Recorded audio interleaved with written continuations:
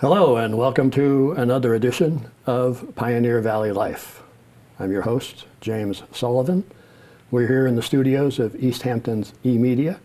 Today my guests are from Manna of Northampton, and it's Lee Anderson and Kaitlyn Ferrari. And welcome to the show. Thank you. Thanks for being here. Yeah, thanks for having us. Yeah, for a lot of people that don't know what Manna is, you operate a meal program and you also have a community center. But I did want to quote from your mission statement that says, "To nourish people with food and community, doing so with dignity and respect, with the goal of positively impacting as many lives as possible." Mm-hmm. That's pretty good. Yeah. But it certainly is. Challenging, I'm sure, from your point of view. Oh. So, whichever one of you wants to speak about the food program, let's discuss that one first, because food insecurity is a big issue these days. And so tell us about what Manna can do for that. What we can do for food insecurity, well, we serve and deliver meals to Northampton and Florence. We make sure that our meals are flavorful, that they're healthy, that they're filling, so people can come in and dine in, or we can deliver them throughout the community. I think last year we served 70,000 meals in 2023, so we're really proud of that. We're a no questions asked organization, so we're not going to ask if you have housing or what your situation is. We're always going to feed you, because we believe that if you're hungry, you should eat. Right. Our joke is to say, like, the criteria is, are you hungry or are you ever going to be hungry? Right. Yeah. No. But, for food was, can do more with food. And we started out as a community meal or a soup kitchen, and we basically found that food insecurity lives in a lot of places. And so our work over the last several years has been to convince people that we're a resource that they should try, and that they don't have to skimp on food or go without, or even just not have a break on a Friday night. Maybe I don't want to cook, and get meals from us, and take a break for your family. Yeah, so that it's a wide open program. Mm-hmm. I know probably concentrates mostly on Northampton, Florence area, because those are the people who are closest, but technically somebody who lives in Easthampton could drive over if they need a meal. Absolutely. Or somebody could come from Greenfield or Amherst or whatever. If they need a meal, they can come and have one. Or community, just being able to sit in the dining room with other folks, and meet people. And Easthampton, any of your listeners, we would love to be able to deliver meals to Easthampton. So if listeners know that there's some need and can direct us, but what we would love to have is some volunteers that would be willing to pick up meals from our kitchen and deliver them to neighbors in Easthampton. Yeah, well, that's good to know. There's probably not a lot of people that know that. And, so hopefully this program will get the word out to people here in Easthampton and Southampton who might be saying, gee, where do I go to get a meal? Definitely. But they don't have to go, because they can order one and have it delivered. Right. Mm-hmm. But at the same time, people who need the service, you also need people to volunteer to deliver that service. Right. Yes. So you need to get the word out about both. Yes, which we do for our holiday meals, our Thanksgiving and Christmas meals. We do deliver. We have enough volunteers to make that happen for Southampton and Easthampton, but it would be great to do it as a regular. Every day. Yeah, we deliver 5 days a week. Yeah. But you have meals at either the St. John's Church or the Edwards Church, Monday through Saturday. Yeah, 6 days a week. Yep. Yeah. 48 Elm Street is the St. John's location, right next to the Smith College Museum of Art, Monday through Thursday. And then Friday and Saturday we're at Edwards Church, which is right across the street from the Academy of Music. Right, right. And your staff is made up of, you have professionals who are preparing the meals, but you also have a lot of volunteers as well, correct? Pretty much you could say we're volunteer-led. We rely on volunteers, yes. Yeah. Lee is one of our cooks who does an amazing job, and we have one other main cook, but mostly it's volunteers who make it all happen. Right. Yeah. So that as well, you have the community center, which is, I guess, is in the basement Yep. of the St. John's Church. And that seems to be, meals are very important for people, but for the percentage of a population in the local area that is needing a place to access services and be indoors, especially Right. this time of year, Yep. that seems to be a really important part of your offerings.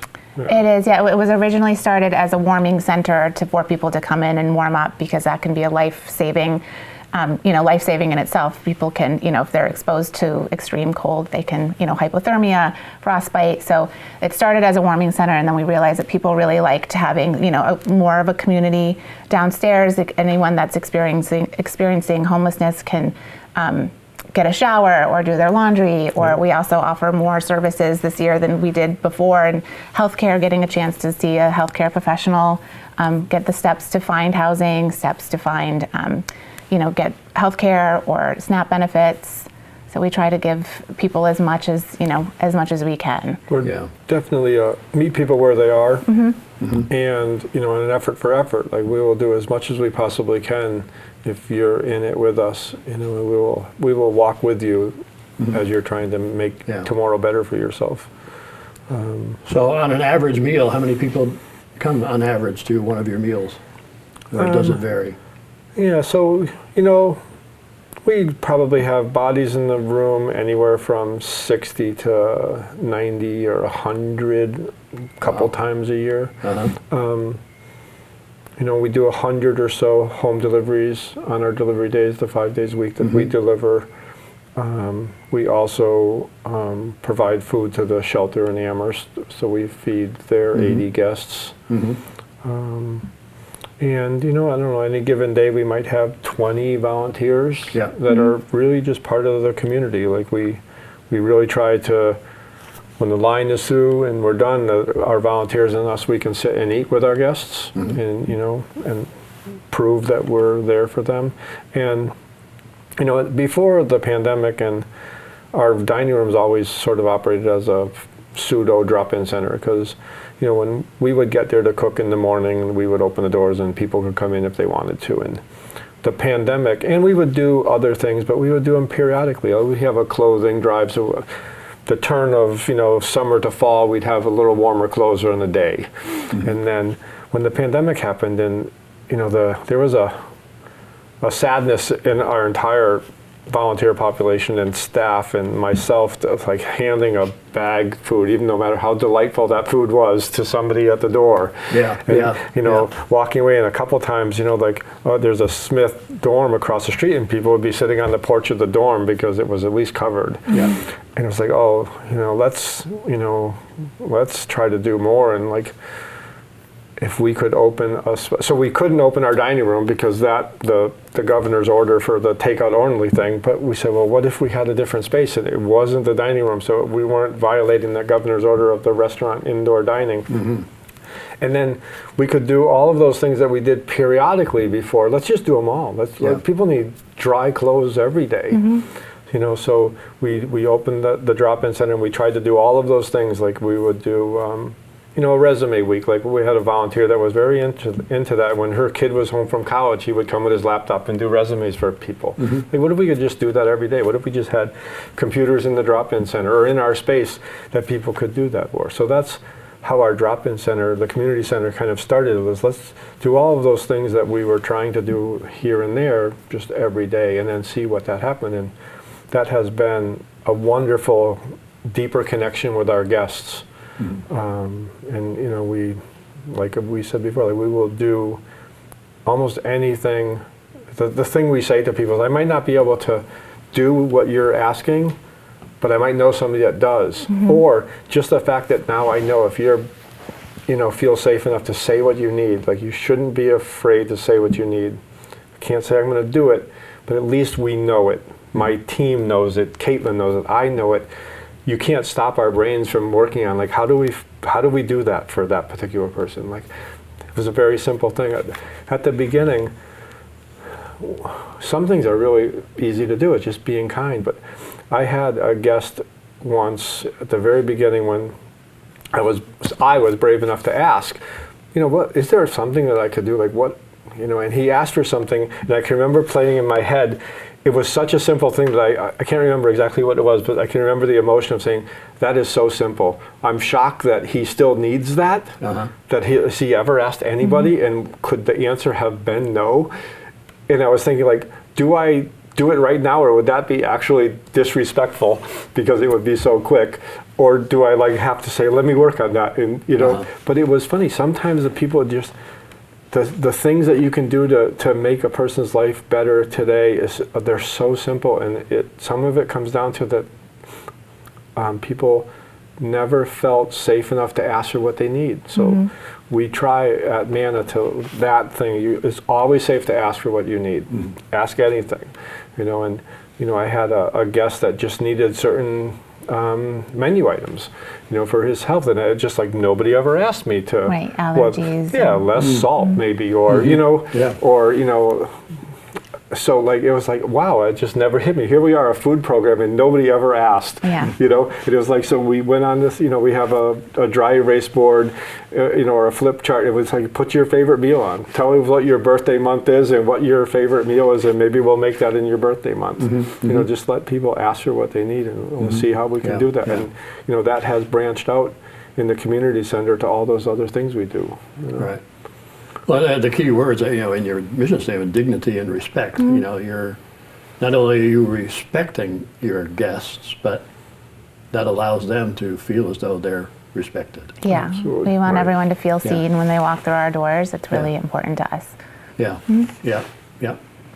I was reading a little bit on your website about, you're very much dependent upon donations of all kinds. And in terms of the food donation, it was interesting to read that, in a sense, you prefer to have a money donation rather than an actual food donation, because the money allows you to buy much more food through the local food banks or whatever. Right. Yeah, we have a much better relationships with people that we can stretch that dollar farther than food.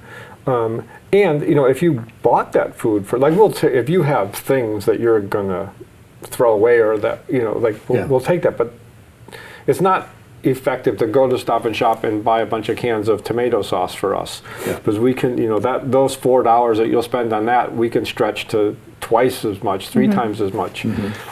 But from a point of view of proving to, our vulnerable guests, or any guest that comes in, that they're valued, we decided a long time ago, like, let's just buy our food. Let's be a restaurant, and let's get food fresh and cook every day.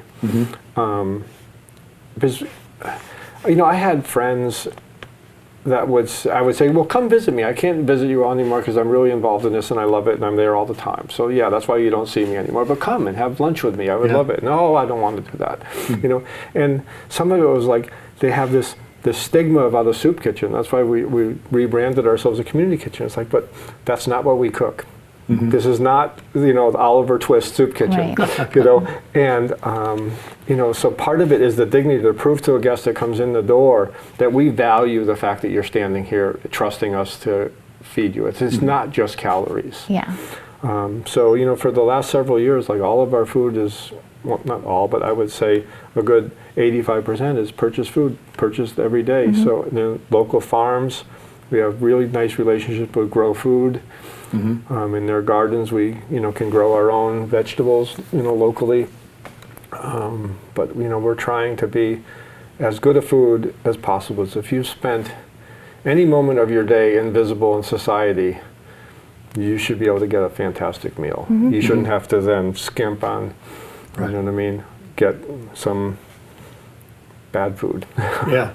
No, bad food's not fun to cook. Yeah, it's interesting that you make a distinction, that calling yourself a restaurant or a community kitchen means that, you're offering good food that anybody would want to go out to and eat. It's Right. almost like if you're going to go out on a Friday night to go to one of the restaurants in Northampton, it's the same thing. Why should you get less, Right. if they come to Manna? They can expect to get the same thing. Right. And we encourage exactly. everyone to come in and have a meal with us, Yeah. whatever your situation. And if, just the food is so good, it really can take the stigma away from food insecurity if everyone just came in and enjoyed a meal with us. Right. And they really are, like, we try for restaurant quality food. Yeah. Yeah. And, you know, and I had a friend of mine, I still have this friend of mine, but, you know, single mom, kids, you know what, it was just this uphill battle to convince her, like, just grab our foods on Friday. You know what I mean? Like, just don't cook. You know what I mean? Just have that one night with just you and the kids. You know, she nurse, and, you know, at some point when I became aware of that, she was switched to 12-hour shifts, and I'm thinking, like, how do you come home after a 12-hour shift and cook something? Well, the kids cook something. You know, they'll have Annie's mac and cheese. I said, but please let me, you know, give you some food. You know, like, you don't have to do that. Food shouldn't be the thing that gets pushed off the side, and, you know, rent doesn't go away. The gas bill's the same thing, or if not worse, every month. And, you know, and food are the things that I find that I save money on at my house. Like, that's the only thing I can save money on. You know? Right. And so, you know, we're in a valley of abundance. You know, this valley grows amazing food. There's wealth here. There's generosity of spirit here.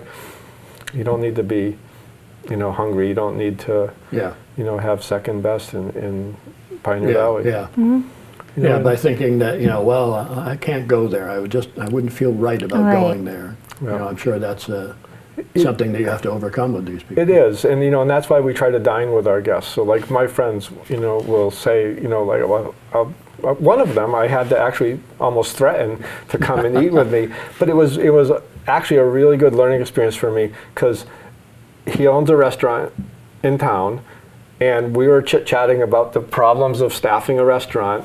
And one of the kids that was at the table that we were eating at had volunteered in the kitchen with me before, so I knew he had some knife skills.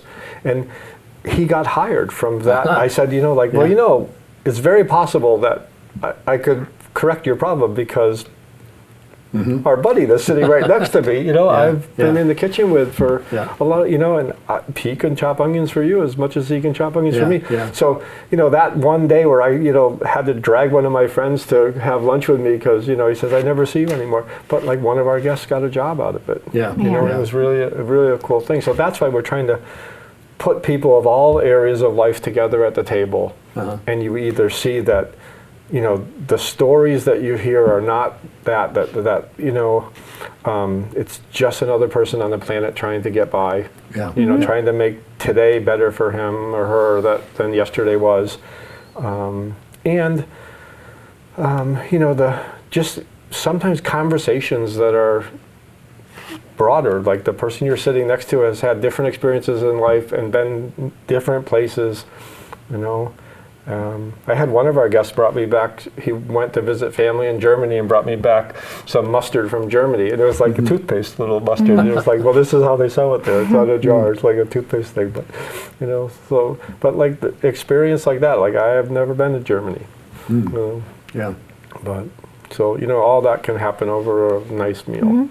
And it sounds like, you know, some of your volunteers can actually learn a skill that they could take into their lives. Absolutely. You know, and that's another way that you wouldn't think that people would be benefiting from your program, but it's so. it's great that you Absolutely, mentioned that, especially our youth. We have the high school students come in. We have a great relationship with Smith College and their students. So the younger generation is coming in and helping and learning how to cook on their own or wash dishes and really what it takes to, like, run a clean, successful kitchen. So we're also really proud of that. I had, and he still comes when he's home from college, but when he was in high school, this kid was volunteering with us, and his mom calls me up one day and she says, you know, maybe a little shy. She says, you wouldn't believe what happened. It was our anniversary, and he came in and he threw us out of the kitchen, and he said, no, I'm cooking your anniversary meal for you. And he cooked one of the meals that he had cooked with me. And she said, like, it was the coolest thing. You know, and I just thought, well, that's awesome that he, you know, had enough confidence in working in the kitchen that he could just then cook that meal, you know, for scratch for mom and dad on their anniversary. But and then even today, so today, you know, a lot of our meals are liberated from area restaurants. Like, if I have a wonderful meal at, you know, Mosaic, then I would love to try to cook that meal. You know, and So Cafe Mosaic, I love their Mediterranean beef stew. I just love it to death. And so it's one of the things I've tried to reverse engineer and cook in the center. And one of our volunteers came in, Richard, with a little bit of version of it. And he said, I was trying to cook it, but I didn't have all the right, I knew your ingredients because I paid attention, but I didn't have the right amounts. But he brought in 2 meatballs and a little sauce for Laura and I to try today to see, like, did I come close? And it was like, but we just love things like that. There's so much happiness that can be around food. It's, like I hope that he went back with his family and cooked that together. It's just, I don't know, it brings people together, and it brings people together in a safe way that everybody has to eat. But in that togetherness is the opportunity to say the things that maybe aren't safer, or maybe I'm shy about, or maybe I'm worried they're going to be, a no. But, like sometimes the answer is no, but it's not going to perpetually and forever be no once the question's out. And then the community center, the fact that you, like you say, it started as a warming center, which this time of year is very important. Right. Maybe they spend the night in a shelter, maybe they don't. Right. But I mean, during the day to be able to walk indoors Right. is a huge in some people's lives. It is. And the fact that you've grown from that to, they can actually take a shower, they can get clean clothes, they can sit, use a computer, they have companionship while they're there. It's like you're giving these people a life. And they're giving us one too. It is so I'm sure it's just, street. because, they're people too, just because they've been unfortunate enough to be in the situation they're in doesn't mean that they're any less of a person. Absolutely. So I had a guest one day, which I was a little bit of a privileged kid. My father had his own business, my grandfather had his own business. I never had to figure out what I was going to do. It was either I was going to work for my dad or I was going to work for my grandfather. Whoever stayed off my back the most, I was going to work there. But, so I ended up getting divorced and, moved out, and, it was a very troubling time. And I'm sitting with this guest, and I realized, I asked him, like, how did this happen to you? Because he had a CDL truck license, a CDL truck driver. So I view that as, like, that's a pretty good skill. Like, you could just go anywhere with that certification and pretty much get a job. And he told me that, he was getting a divorce, moved into a little apartment he could barely afford, hated his life every day when he would go home in this little crappy apartment, and missed his daughter and his wife, and every step of this story he was telling me, it was my story too. But at the end of his story, he ends up getting fired, for some bad, just a mistaken thing. And I'm thinking, like, I made that same mistake too, but I didn't get fired because I worked for my grandfather. But it wasn't because I was better. It wasn't because I did a lot of work to protect I was that same idiot that was just going to work late because I hated my life at that moment. I was sitting in my crappy little apartment in Hatfield, which was in somebody's garage, and so I would pull in the driveway and I would see like my door and my window of my apartment were inside a garage door, like they had just walled off the garage door, but the molding of the garage door was still there. So I would drive in and hate my life. But I did not end up fired because, but I didn't do anything. I was just born into that family, and it was like, oh my God, like this is just, I don't know. I don't want to throw society under the bus, but there are these little, we look away from people so fast in society. If there's a need that I can't 100% correct right this second, I just look away from it. And if I look away from a need, that need's never going to get addressed. And that story changed me a lot, because it was like, there's no reason that I am where I am and he's where he is. It was just the luck. I was born to that woman, and her dad had a company, but it wasn't because I did any work, It was like, so that informs how I try to treat everybody. Like, there's nothing about your story that is a negative thing. It doesn't create a negative thing in me. Like, your story is just your story, and some of it's happenstance, some of it's just luck or bet. But I'm, there to do as much as I possibly can for you and have you rewrite your story. I noticed a couple, in your calendar, upcoming events, you have one that's called harm reduction, Yep. and the other, support, not stigma. Right. And those seem to be, themes of sometimes outside agencies coming in, like the Tapestry medical van, Yep. and then you have the Hilltown Community Center comes Right. in, and you have programs that you can offer from professionals who are Right. outside of Manna, but Right. still via Manna, they're there for these people. All in one spot. So Right. come in for a meal, and then you can, whatever your needs may be, if you need to check in with Tapestry, or if we have a healthcare professional from Hilltown Healthcare, you can get a wellness visit. So we try to be as close all together so that all the needs are accessible. Yeah. Services. We're trying to be a partner in the city's initiative for the Resiliency Hub, which is that. But when I first started cooking for Manna, there was a outreach person at Tapestry that used to come and get meals, and I said I had to convince her, but she would get meals and she would use them as the icebreaker if she was doing outreach to find people that maybe needed some wound care, that was in a camp off the bike path, or by the swamp behind Stop and Shop.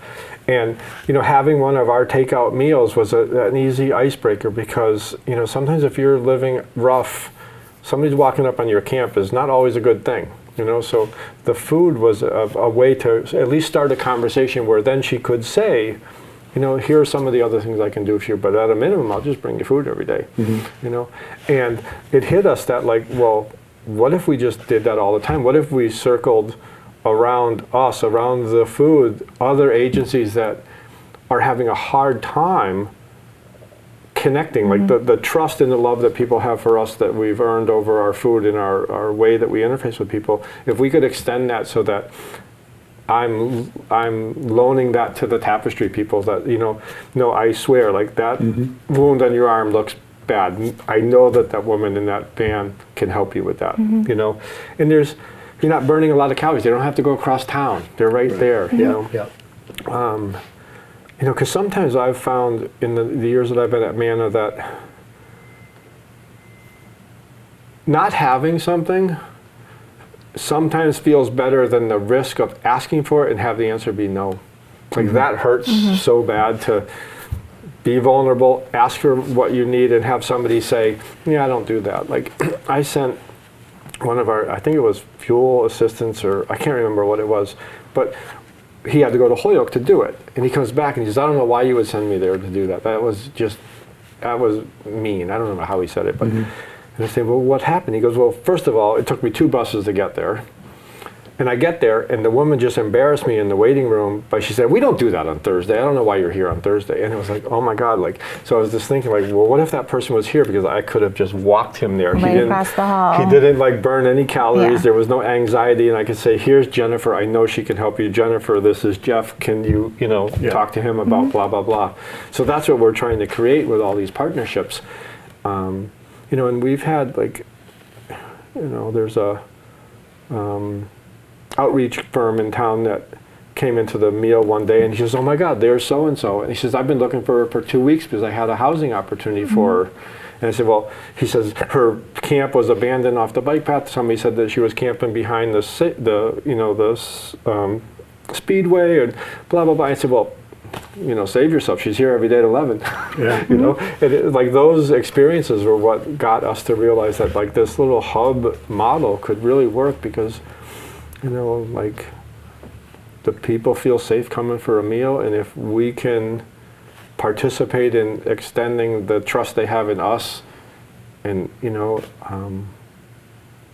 leveraging that so that maybe they could risk trusting another agency for something that Yeah, it can be life-saving. And we, with our partners, were able to house 5 people last year, which is huge for us. So and some of them had been unhoused my entire time at Manna.